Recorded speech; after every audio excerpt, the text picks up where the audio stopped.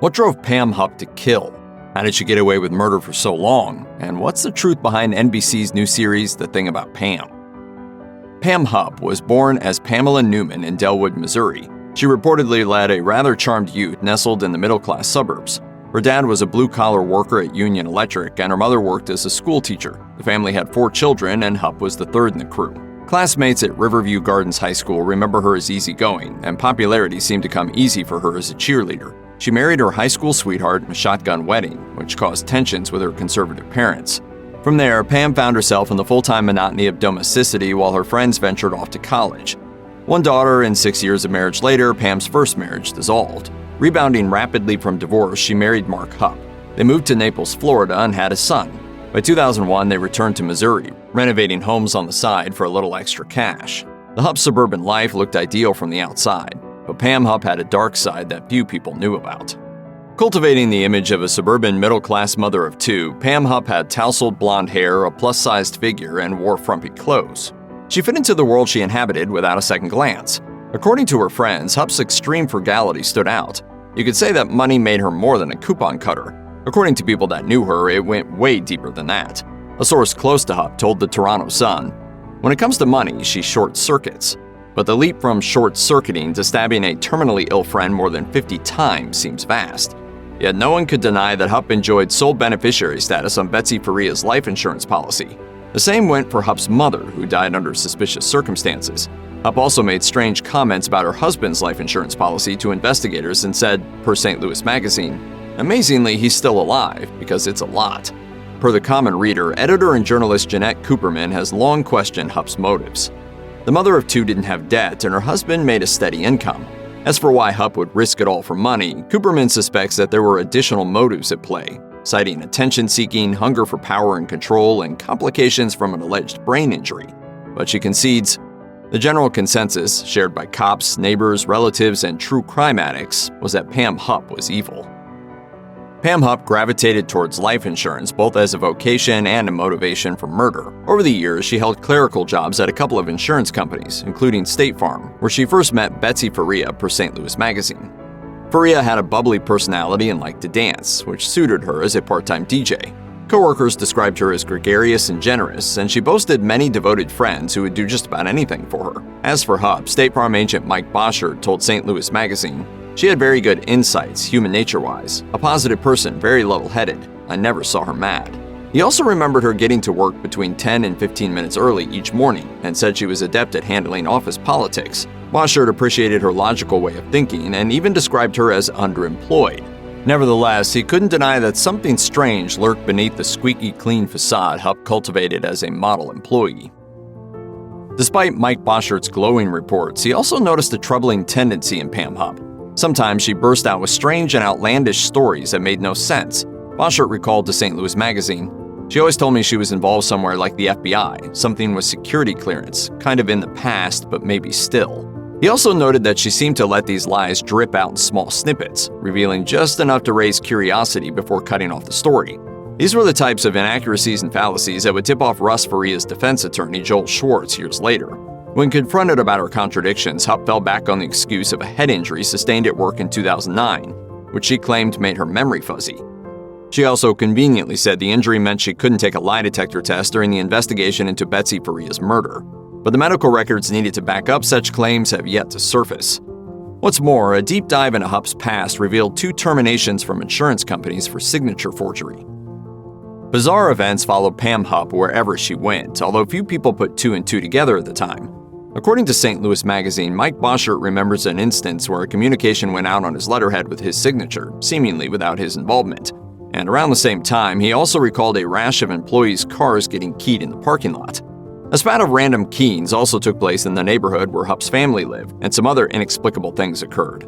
One set of neighbors found a bloody pile of animal bones in their yard, and a handful of caustic anonymous letters would make the rounds in Hupp's otherwise idyllic neighborhood. Although she didn't socialize much with those living around her, Hupp didn't appear unhinged.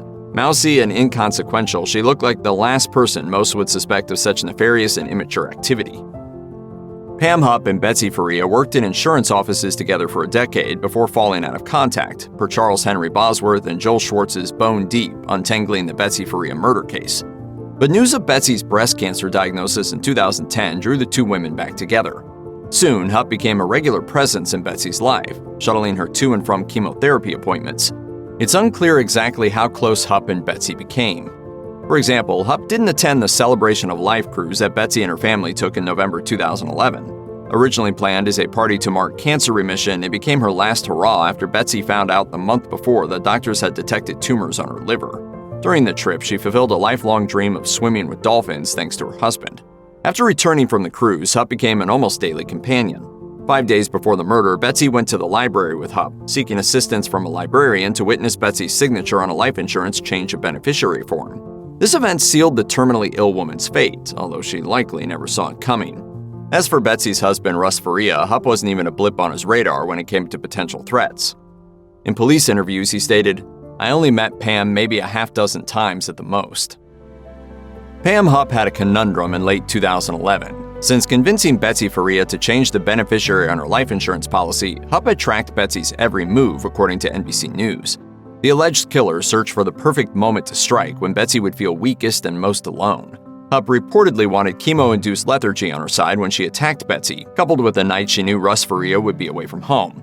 His Tuesday game nights presented the ideal opportunity, according to St. Louis Magazine. She honed in on December 27, 2011, insisting on taking Betsy to her chemotherapy appointment.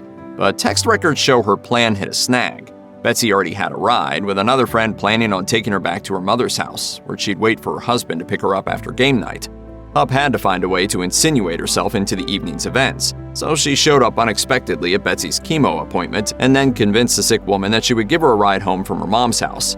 Betsy sent an ominous text to her husband reading, "Pam Hupp wants to bring me home to bed." Her words proved fateful. Hupp was the last person to see Betsy alive. Later, she claimed she left Betsy on the couch, wrapped up snugly in a blanket, per St. Louis Magazine. Pamela Hupp was the last person to see Betsy alive? Perhaps the most disturbing part of the case remains a gross miscarriage of justice that sent Russ to prison for life without parole before his retrial and acquittal in 2015. Russ had a solid alibi backed by 4 witnesses, cell phone records, and video evidence from 2 different locations. He also testified so consistently over the years that his defense attorney, Joel Schwartz, didn't even attend interviews with major media outlets like Dateline, which is unprecedented. Nevertheless, the prosecution maintained a negligent and narrow focus on him. Following the trail of breadcrumbs, Hupp started leaving even before the murder. Hupp allegedly staged a domestic violence crime scene, planning everything from the mode of murder to where she sprinkled blood. Days later, she testified against Russ, conveniently providing the state with its case. Lee Askey Cheney, prosecutor for Lincoln County, Missouri, took the bait hook, line, and sinker. In 2016, Russ sued Askey and the investigators involved in the case, alleging that they fabricated evidence in the case, ignored evidence that would have exonerated him, and failed to investigate the most obvious suspect. He received a $2 million settlement. You could poke a hole a mile wide in Pam Hupp's contradictory statements. Details as basic as whether or not she entered Betsy Faria's home on the night of the murder inspired conflicting stories. Yet investigators overlooked these inconsistencies as prosecutors focused on Russ Faria and a supposed history of domestic violence. Conveniently, Hupp provided the testimony they needed to build their case, per Dateline's The Thing About Pam podcast. Officials inexplicably disregarded the more significant motive present in the case, which was Betsy's $150,000 life insurance policy. As Rolling Stone points out, Hupp lacked an alibi, was the last person to see the victim alive, and was the last person at the scene of the crime before it occurred. Yet prosecutor Lee Askey and investigators refused to entertain her as a suspect. Hupp's chatty, relaxed, homey mannerisms seemingly disarmed them. Since men perpetrate 3/4 of all homicides in America, Hupp could also hide behind statistics. In 2013, 77-year-old Shirley Newman plunged to her death from the balcony of her 3rd-story apartment at Lakeview Park, a senior facility where she lived, according to St. Louis Magazine. Investigators initially ruled the death accidental, believing the balcony's railing failed. The last person to see Newman alive was her daughter, Pam Hupp. Incidentally, Hupp acted as the sole beneficiary on her mother's life insurance policy. The circumstances of Newman's death bring to mind an off-the-cuff statement Hupp made to investigators while being questioned about Betsy Faria's death in 2011. Hupp said, "If I hate to say it, wanted money, my mom's worth $500,000 that I get when she dies. If I really wanted money, there was an easier way." Before her death, Newman had manifested signs of dementia. Hupp would even claim in a conversation with Russ Faria's defense attorney Joel Schwartz that her mother died of Alzheimer's. Obviously, the 3-story fall had killed her. Post-mortem tests revealed Newman had 8 times the recommended dosage of Ambien in her system, and the fall left an almost 3-foot square opening in the metal railing. Inexplicably, the top guardrail remained intact, however. In 2017, the medical examiner changed her death from accidental to undetermined in the wake of new information and evidence. While talking to detectives, Hupp once commented, per St. Louis Magazine, "Money makes people do crazy, crazy things." And matricide wouldn't be the end of the crazy when it came to Pam Hupp. By 2015, officials remanded Russ Faria's case, releasing him pending a new trial that began in June of that year. With a new trial starting up, Pam Hupp started to feel the heat of reinvestigations. This time around, videos of her interviews with law enforcement proved less carefree and more tense. Then she dropped a bombshell on investigators, claiming she and Betsy Faria's friendship had evolved into a sexual relationship. She also added that neither she nor Betsy was attracted to women or one another, according to Dateline. No evidence existed to verify the relationship claim, but it did provide Hupp with a solid reason to act as the sole beneficiary on Betsy's insurance policy.